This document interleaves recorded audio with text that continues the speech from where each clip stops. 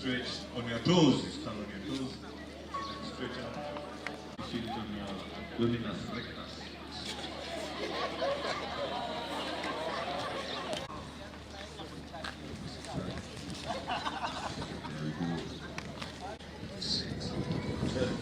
Yeah, don't break the week. Asanteni sana makofi, now we can go back in and we pick our bottle of water.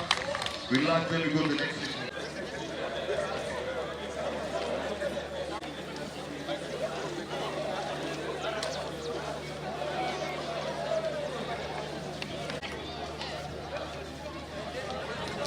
One of the gaps we have in the society is training.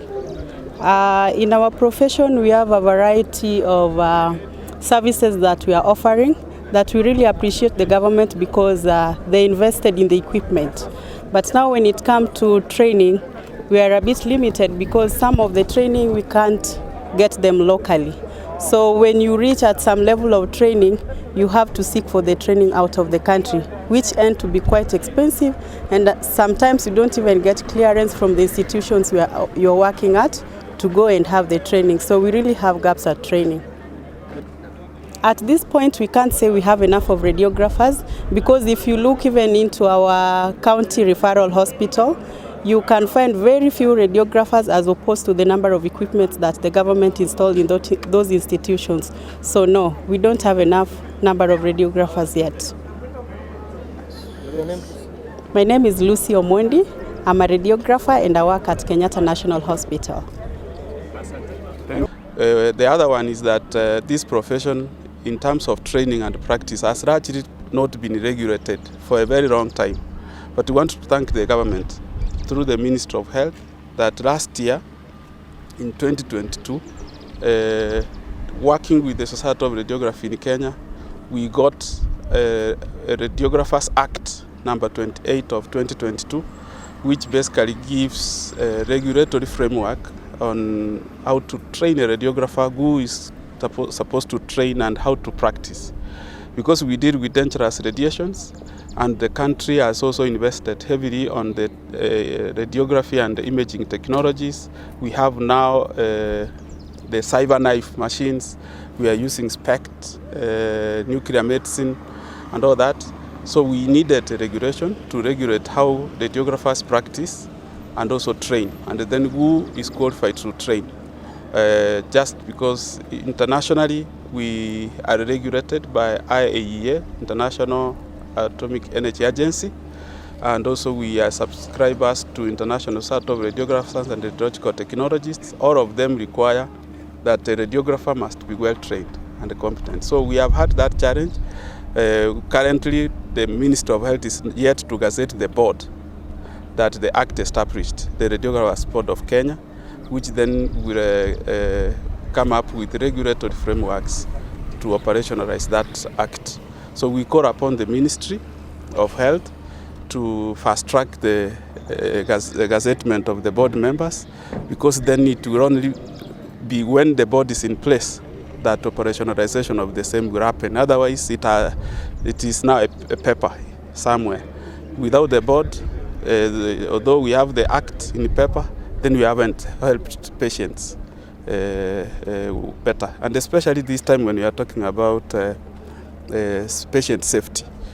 Patient safety, you can only talk of patient safety when you have specialized radiographers who are regulated, whose practice and training is regulated. And there is something that is being communicated. And this is, as radiation users, we are called upon to ensure patient safety and begin to celebrate every opportunity we've got to offer that patient safety.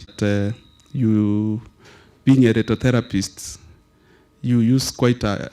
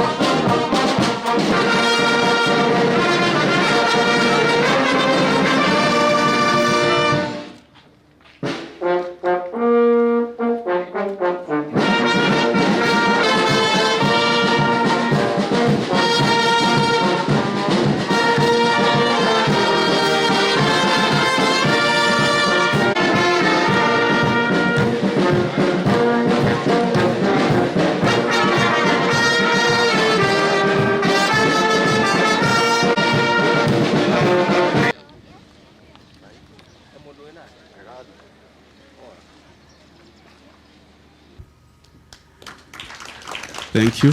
And Secretariat, stand. It's called Mr. Sidney Njau. The man behind in the group from KUTRH, chaired by Mr. Philip Chengo. Thank you, Mr. Philip Chengo. Corners, left, right, and center. She's done a lot. I know most of you have interacted with her. Mercy Moria. Thank you.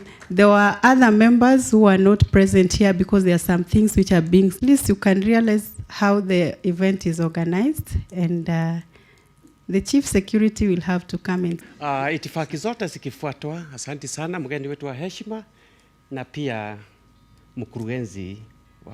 Nimefurahia kuwa katika mpangilio huu ambaye umefurahi sana, imefanya kazi na iwe hii imefanikiwa sana.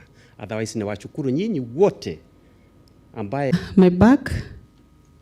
I don't know whether it's in my position to I think we are quickly coming over to our guests. Safety is enormous. We all know, and as I had ideology, we know the principles of radiation safety, physical applying, optimizing of the protocols. We are not the one who determines the theme for the World Radiography Day. It was patient safety, my priority.